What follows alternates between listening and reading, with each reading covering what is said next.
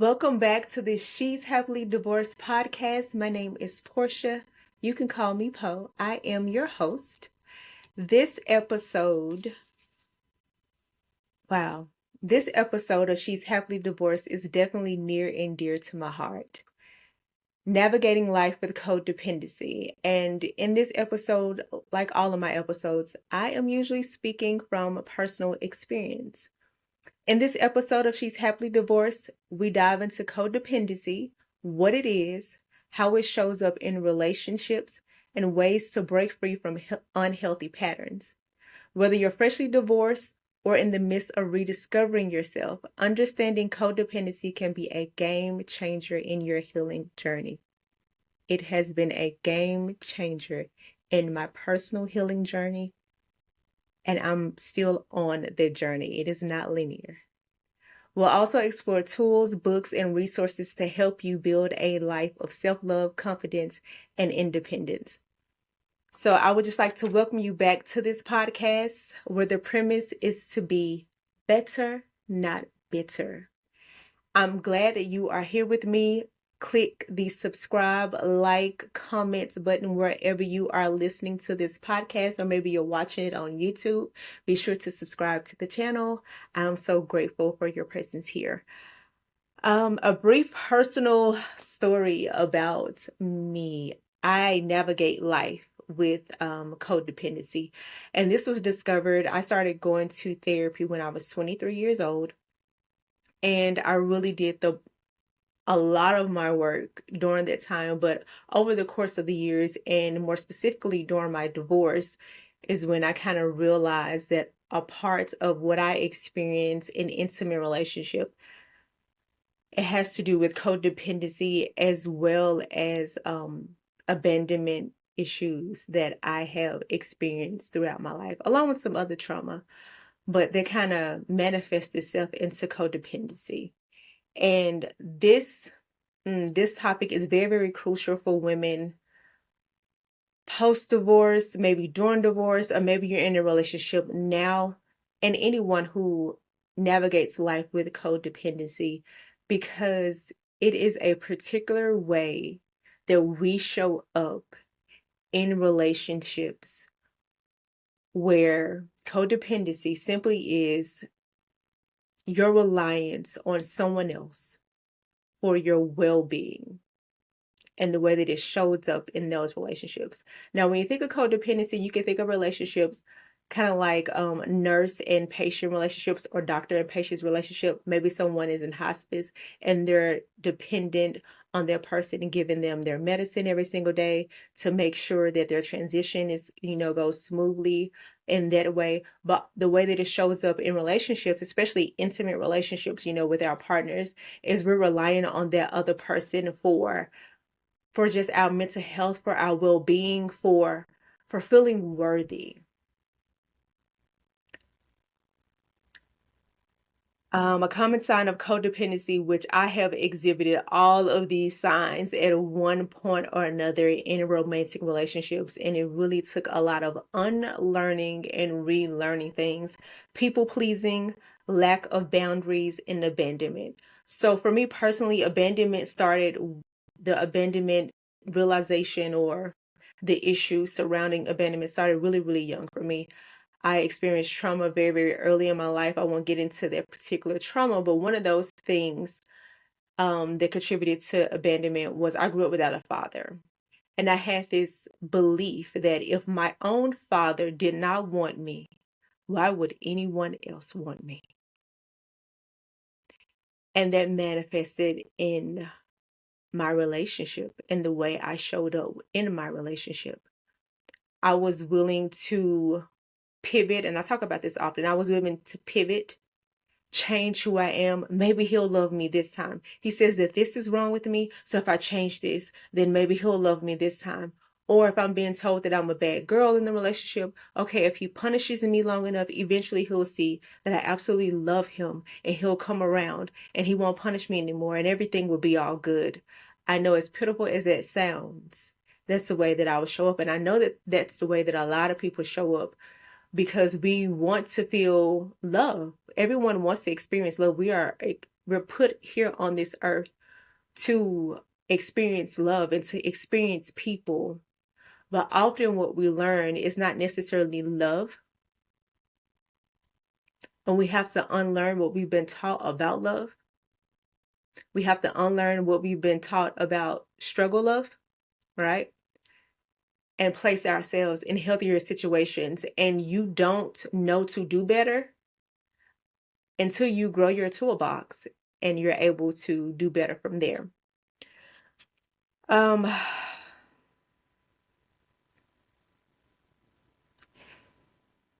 in my marriage, in my relationship was centered around him and the things that I could do to be a better person in order to appease him. And I did not see anything wrong with that. I don't make any apologies about that. That's the way that I lived, and and I've had to really, really do a lot of inner work on myself.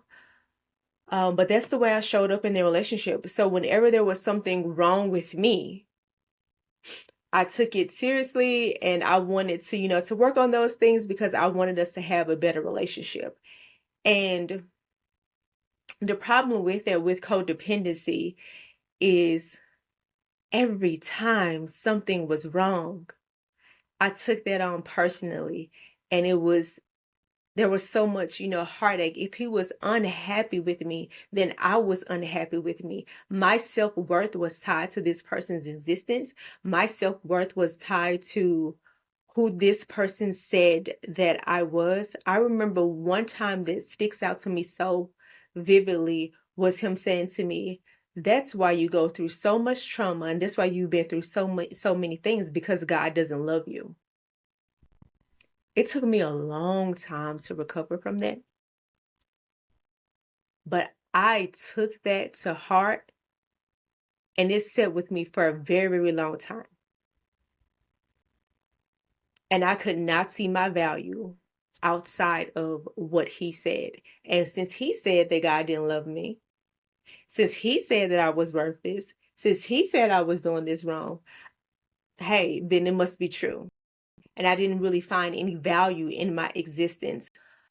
Ooh, Lord, as I say it out loud, help me be a bridge for those who are experiencing these things right now, as I have had to, experience. I'm not gonna say had to, but I did experience those things.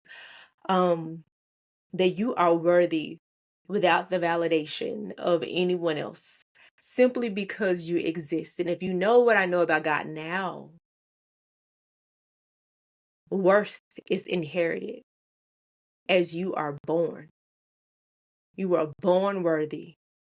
And it took me a really long time to get back to that. Um, Recognizing codependent behaviors in myself. People pleasing was one of those things that was really, really big for me for a very, very long time. You wanted me to do something, especially inside of my romantic relationship. You wanted me to do something, I'll do it. If you needed me to pivot this way, I do it. I got your back. I'm your ride or die. Like, okay, I have to endure this for a little bit longer. But what's on the other side of that is the love and the appreciation that I've been wanting and desiring. And baby, that's not look, that's not how that works. That's not how that works. But I believe that at one point, and that's the way I operated. And simply because, the experiences I've been through in my life, that's the way I operated. And I know that a lot of people operate from this space. And a lot of people have codependency. A lot of people are experiencing codependent relationships. And you operate from this space of just needing this other person. I remember when I appeared on the Tamron Hall show, when she asked me specific question, the answer was, I liken it to him being my air. Like, how am I supposed to breathe without my air? And that is a dangerous place to be in when you don't know who you are outside of someone else. It can lead you down a path of destruction, a path of heartache, a path of heartbreak, a path of your entire life just kind of unraveling before your eyes. And by the time you realize like you have no control, you got to rebuild. And I'll tell you, rebuilding can be an absolutely beautiful thing, but it's absolutely devastating at the time that you finally realize that, hey, I need to figure out who I am outside of this person and outside of this relationship. So if you're in a relationship that feels eerily familiar when I'm talking through this, I would definitely encourage you to seek one therapy and also to transition to a healthier environment. It is going to be hard, baby, but you can absolutely do it and get through it. Codependency for me, it definitely impacted my personal growth and my self-esteem. My weight yo-yoed up and down. I look at pictures of me a while ago and I can't even recognize that woman. The things, the light that's inside of me, the things that made me happy, I genuinely stopped doing those things. Like, I stopped taking care of me. I stopped putting me first. It was just about him, him, him, him, him. And there was that's the only reason I existed. And baby, when I tell you I was out here losing in these streets, that's an absolute devastating place to be in, because in a relationship, there should be this interdependence where you're both are pouring into each other and you both have your own things going on. However, I did not have a thing really going on outside of their relationship. And when I did, I was made to feel guilty about it. So eventually I gave those things up, right? That's a choice that I made in order to be in that space. But let me tell you something, baby. Keep everything that you love to do. Enjoy who you are as a person. Okay. So I talked a little bit about how my childhood shaped, my codependency. I talk about, just growing up without a father, and also growing up in a household where I heard all the time, you were a mistake. My life could have been different had I not had you. I could have gone to the military. I could have done this, this, this, this, and this.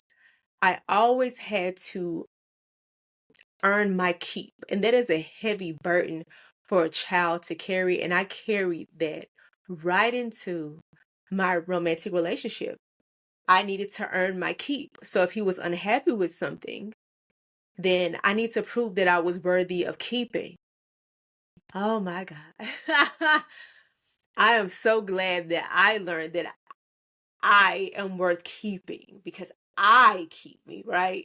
I'm so glad that I finally learned that lesson. It breaks my heart that it took so long to get to that place. But I'm so glad that I finally learned that lesson. At the end of the day, the person that you are going to be with, the rest of your life is you.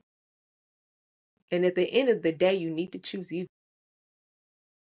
And I'm not talking about it in a selfish way. I'm not talking about it in a I don't need nobody type of way. Choose you because you absolutely matter.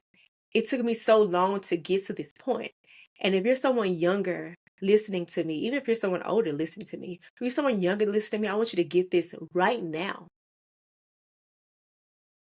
You are worthy all on your own outside of any relationship that you may encounter. You are worthy all on your own. So fast forward to going through this divorce and rediscovering who I am, there are specific things that I needed to go through in the healing and overcoming codependency. And I will not sit here and tell you that there is necessarily a cure for codependency. You have to unlearn things. I've been able to unlearn certain things through therapy. I've been able to learn things through therapy. And this will be a journey navigating codependency will be a journey that I am on probably for the rest of my life, keeping myself aware that, hey, at one point you attach your existence to someone else. Your existence is valid all on its own, right? And you get to enjoy life with someone else. Codependency. This is coming up for me. Codependency creates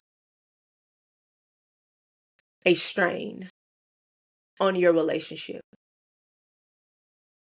right? It's a strain for you, but it's also a strain for your partner. Because once it's recognized that her entire existence is about me, I feel like a lot of times there may be a little bit of guilt there, or, to stay, or there may be a recognition in, well, she isn't going to go anywhere anyway. I can do whatever it is that I want to do. She says she'll be here for anything.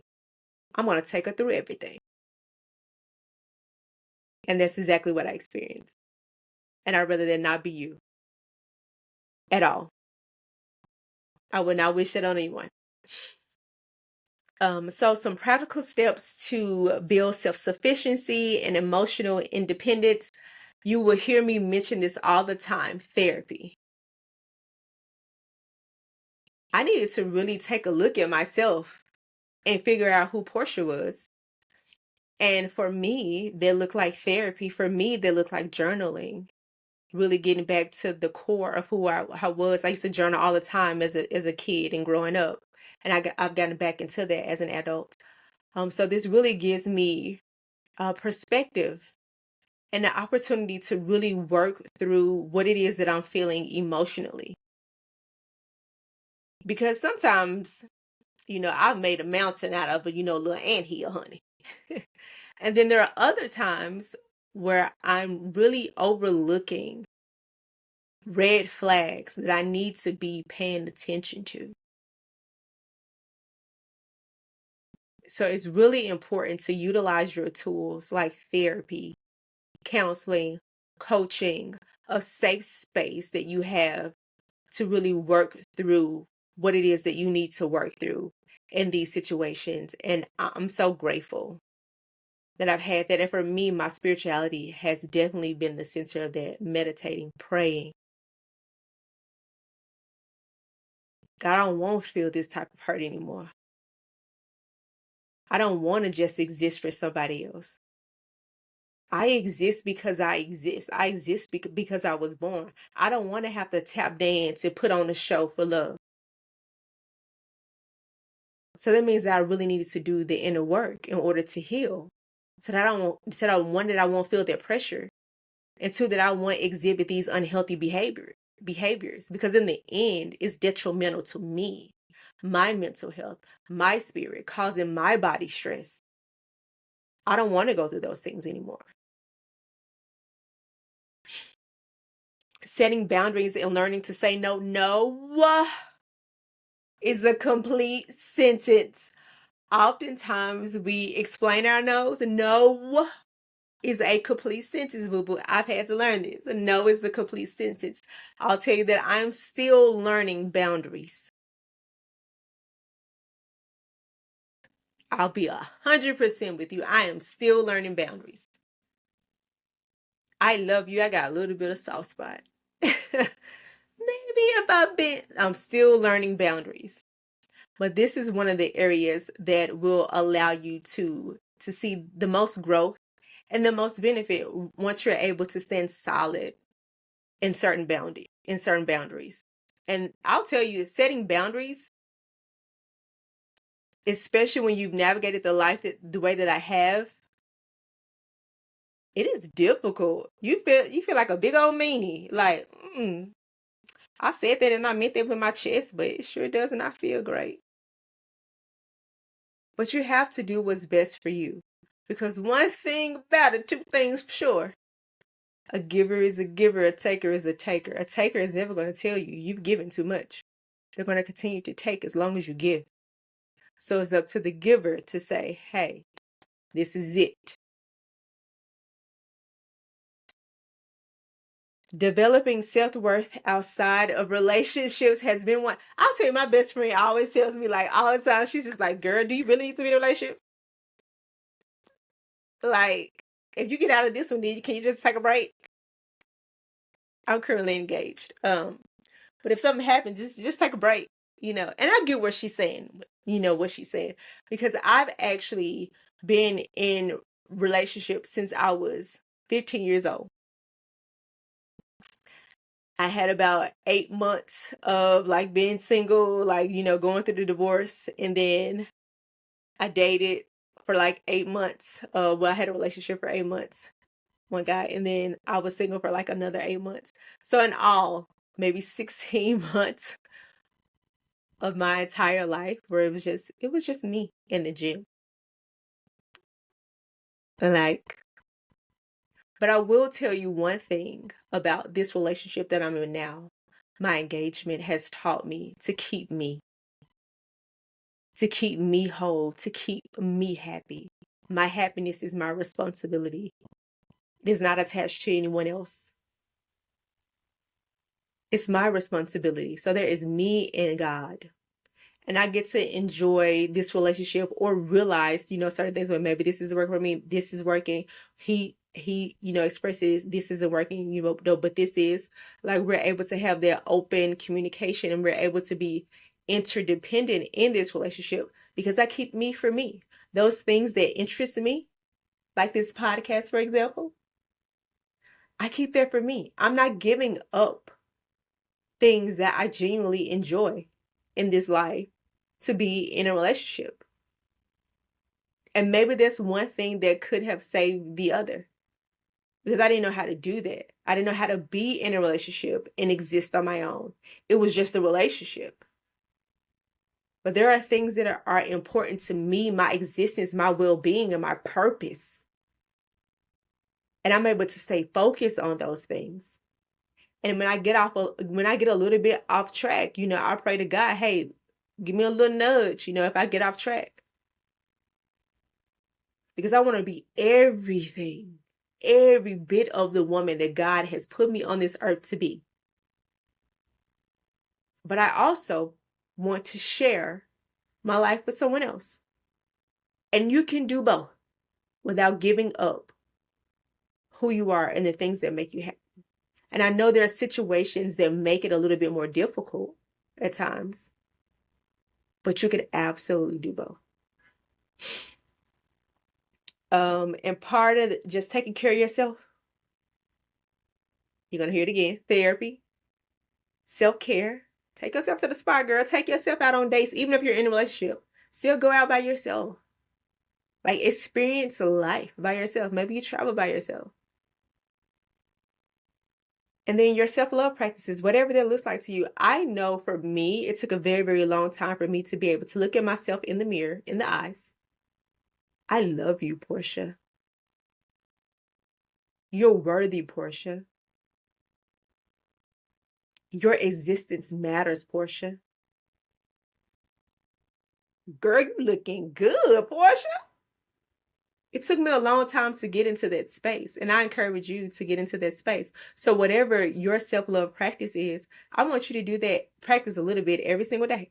Whatever that looks like, showing up for you every single day. And I'm going to tell you this from personal experience. When you have a partner in your life encouraging you to give up this and this, to spend time with them, you better believe there will be a point in their relationship where they bring up, you used to like horseback riding. I was attracted to you more when you were going to the gym. I was attracted to you more when you were, doing your own thing. Men love self-sufficient women. And it took me a really long time to learn that. So instead of stepping up onto him, go do your own thing. He'll be there later. And it feels good to do your own thing. It really does. I'll talk a little bit, about navigating dating and relationships after your divorce, especially once you realize, that you have been in a codependent relationship, that you're navigating life with codependency, or maybe you've exhibited some codependent behaviors. And I am still learning this. You want to be careful not to fall from the same patterns.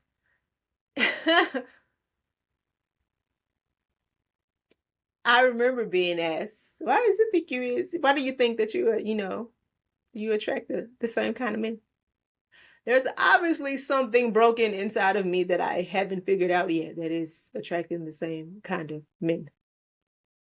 And I don't want to do that. Like, so, and I say that out loud for the women who feel like they've been in this cycle of dating the same type of man. And when you realize it the first time, you have to step back from it, have the courage to step back for it. I know that's hard. I'm speaking for personal experience. I know that's hard. Or not going back to the same person over and over again. I know that's hard too. But it's important if you really want the healing, if you really want to, to heal this dynamic, that you not be in a space with the same person who brings out these unhealthy behaviors in you. And I do have to remind myself in my personal life how far I've come, how much work I've done, how much work I'm committed to continuing to do for the rest of my life. And I don't want any of that to be in vain. So that means that I have to step back from certain things. And that's okay. Taking it slow and watching for red flags. Sometimes when we move quickly, we miss the thing that was the thing that was the thing. And now we're in this thing. And we don't really know how to get out of this thing. And maybe our heart doesn't want to get out of this thing. And then this thing turns into years and years and years. I heard recently that I heard a woman say on social media, a lot of relationships or marriages lasted as long as they did back in the good old days. This is referred to. And it's because you had one, usually the woman, in the relationship simply enduring for years and years and years. And my best friend reminded me in a conversation that we had recently that we're breaking the cycle of that, of enduring for years and years and years. We don't want to be our parents. You wake up to this person 20 years from now and you realize, I didn't do anything that I wanted to do in this life or have the relationship that I wanted. I've just been here, enduring, tolerating what's familiar. And in order to get different results, we have to get uncomfortable. And boy, is it uncomfortable, right? But you got to get into it. If I'm going to have something different, then I have to try something different.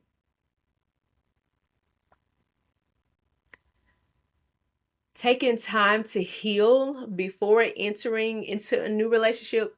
I'll tell you, when I was going through my divorce, there was no dating. I'm going through a divorce, so I'm still this man's wife, and there it is. That's how it was for me. I'm going to take care of me as best I can because I thought about ending it all. I'm going to go to therapy. I'm going to participate in my healing journey.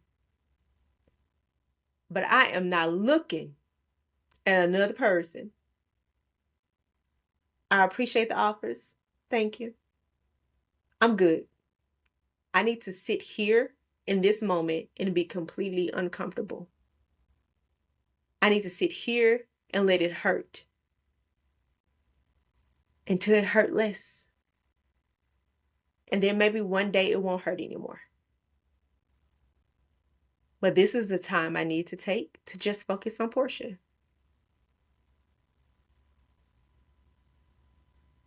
And after my marriage ended, I had another relationship, after that, like 8 months of just kind of like sitting with me and doing therapy. Oh my gosh, every week. Another relationship, when that relationship ended, hey, there's no rush to jump back into a relationship. And I'll tell you, being single, boom, ain't nothing wrong with it. I enjoy, my space, and that's why it's been so important in this relationship that I'm in now to be able to, he has his things, I have my things. Like, and then we have our things that we do together. But the way he said it to me was, if I keep myself happy and healthy and the things that are important to me incorporated in this relationships and you do the same, then we're both happier together. So even if something happens that this relationship is no longer, I know that I'm going to be okay. Like, it won't be the mental devastation. Like, I didn't give up my entire life. I'm in touch with who I am.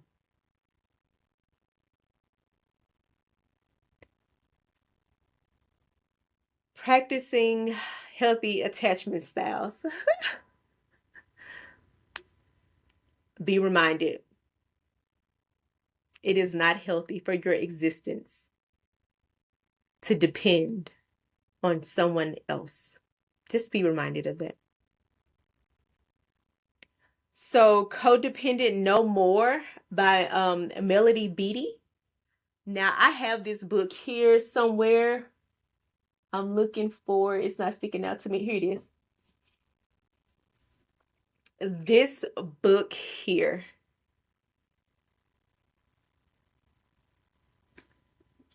Game changer when it comes to codependency. So definitely take a look. The language of letting go. The language of letting go.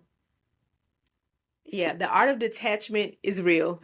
Like, these are daily meditations on codependency. So this is a big one. Also, for me personally, Relationship Saboteurs. This book here by Randy Gunther. Dr. Randy Gunther. This one is a big one because I realize, especially in this book, some things that, I've done to sabotage relationships. And being the martyr really stuck out for me. Because for a long time, I was willing and did die to me to exist for someone else. And then eventually they'll give me what I desire, right? Which is love, or what I understood love to be.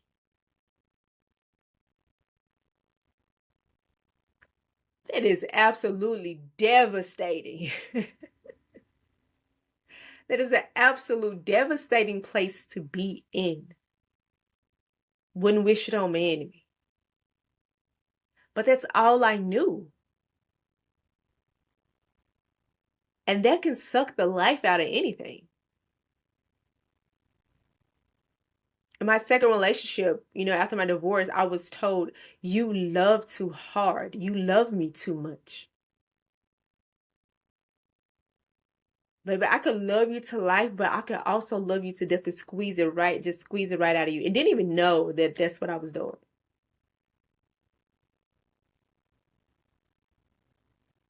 Because like I said, I grew up earning my keep.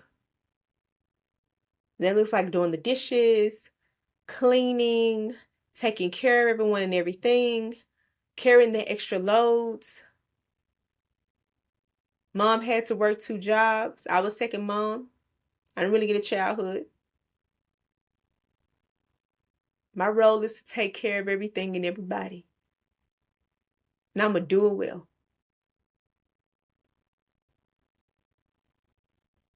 And if my existence is causing you pain, then how can I change that? How do I make you think that I'm worth keeping? Because I want to be kept. But let me tell you something, being picked and being kept ain't all.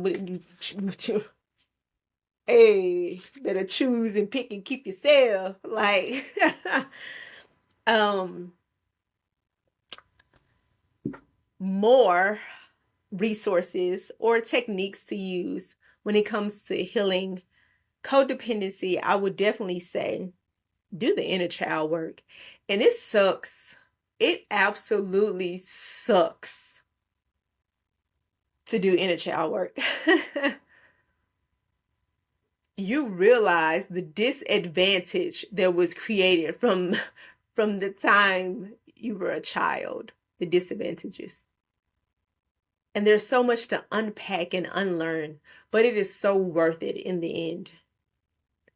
There will be days after journaling, there will be days after therapy, and even now I do shadow work and inner child work. And there are days when I'm done, all I have the energy to do is to take a nap. Because for me, this is my personal journey, right? I've learned it. I've learned to take responsibility 1,000% for Porsche. This is my personal journey. And what I want out of this life is to be the best, most healed version of myself at all times. So that means that I have to do the work at all times. It's personal. So there are days when I get finished doing this work that all I have the energy to do is to take a nap. Because it is hard work looking at your reflection and realizing, hey, I need to do better in this area. Like the things that happened to me weren't my fault. I won't take any responsibility for anyone else's behavior. But I will take responsibility for mine and the things that I allowed. And boy, was I broken.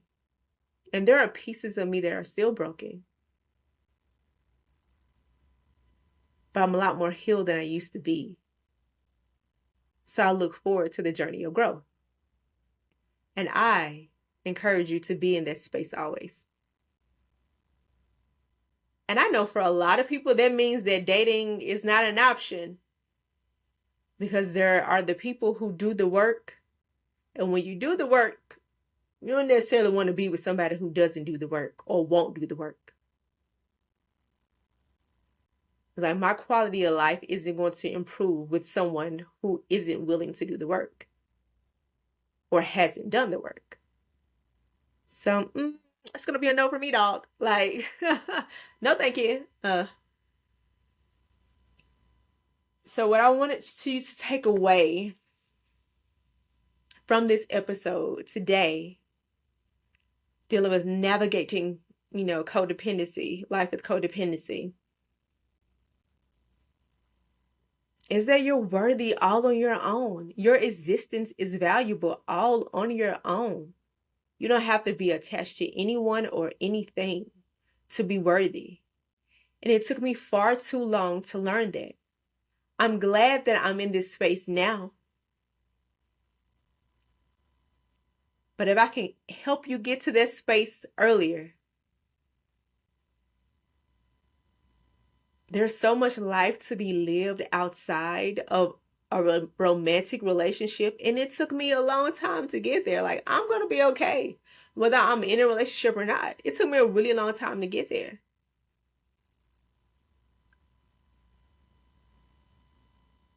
Like growing up, like the man is he's the savior. He's supposed to come in and save the day. Nobody's going to save you but you.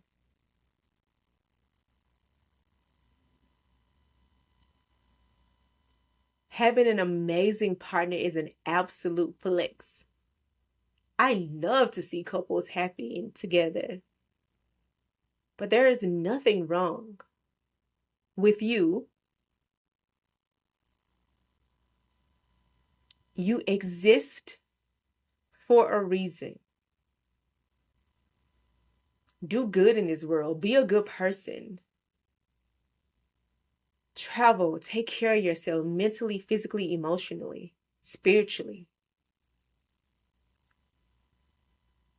Your existence is not tied to anyone or anything. It is your birthright. Worthy, being worthy is your birthright. I don't know who needs to hear that. I know that I needed to hear it a long time ago. And I remind myself of that every day. You are amazing simply because you exist. So go do amazing things. So I want to thank you so much for tuning in. I look forward to being back here next week with another episode of She's Happily Divorced, darling. And everything you need will be in the show notes below. Be sure to check out my Stand store and get your fresh restart, reclaiming your life, rediscovering yourself after divorce. Maybe you're going through a divorce. Maybe you're going through a breakup. Click on the link. It'll be the best $9.19 you ever spent, baby. Go ahead and get yours there. And I look forward to seeing you guys next week. Go ahead and like, comment, subscribe. I would love to read your comments. I interact. That's what I do. Send me an email. Whatever you choose to do. Thank you for being here. Have a great day. See you next time.